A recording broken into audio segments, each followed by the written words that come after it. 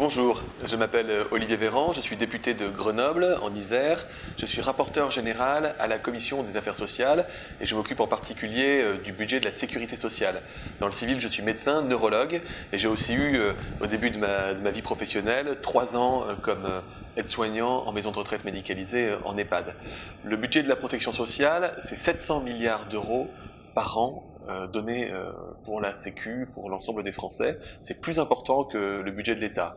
Avec ça, on a les dépenses de santé, 200 milliards d'euros, beaucoup de dépenses dans le champ de la famille, du travail, du handicap, des maladies professionnelles, et puis de la vieillesse et de la dépendance. Et je crois que c'est ce dernier point dont vous parlez en particulier aujourd'hui. Le président de la République a fait une annonce importante, puisqu'il a décidé que la dépendance, la perte d'autonomie pour les personnes âgées, allait relever de la protection sociale, de la sécurité sociale, c'est-à-dire qu'il veut identifier un risque au même titre qu'on a un risque maladie ou un risque chômage. Qu'est-ce que ça veut dire? Ça veut dire que demain on va socialiser, on va partager les recettes et les dépenses dans le champ de la dépendance et que ça ne relèvera pas de l'assurance privée.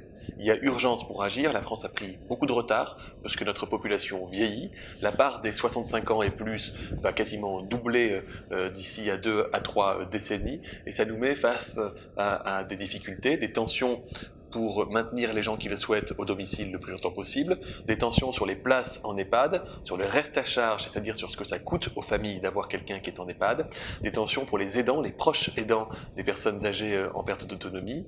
Et donc c'est tout cela que nous allons aborder. On va d'abord parler du fond de la réforme, pourquoi est-ce qu'il nous faut une grande réforme de la dépendance, et ensuite on parlera du financement.